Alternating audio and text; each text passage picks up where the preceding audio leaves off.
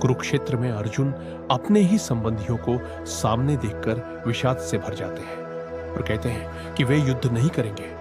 तब भगवान श्री कृष्ण मुस्कुराकर कहते हैं कि यह विषाद वीरों को शोभा नहीं देता। कृष्ण अर्जुन को आत्मा का ज्ञान देते हुए समझाते हैं कि देह नश्वर है, पर आत्मा न जन्म लेती है, न मरती है। न उसे कोई शस्त्र काट सकता है, न आग जला सकती है, न पानी भिगो सकता है, न हवा सुखा सकती है।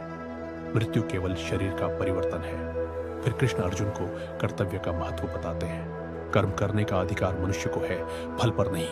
यही कर्मयोग है। वे अर्जुन को सचेत करते हैं कि युद्ध से पीछे हटने पर लोग उसे कायर कहेंगे और यह अपयश मृत्यु से भी अधिक पीड़ादायक होगा। कृष्ण समत्व का उपदेश देते हुए कहते हैं कि सफलता असफलता, लाभ हानि और सुख दुख को समान भाव से देखना ही योग है।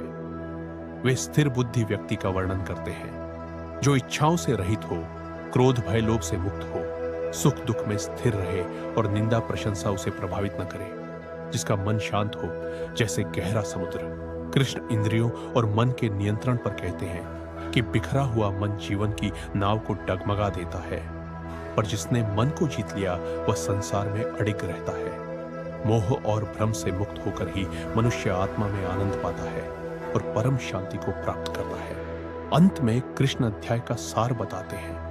आत्मा अमर है, शरीर नश्वर है, फल की इच्छा बंधन है, समत्व ही श्रेष्ठ है और मन का नियंत्रण ही मुक्ति। अर्जुन कहता है कि उसकी मोह रूपी अज्ञानता मिट गई है और अब वह कृष्ण के आदेश अनुसार अपना धर्म कर्म पूर्वक निभाएगा।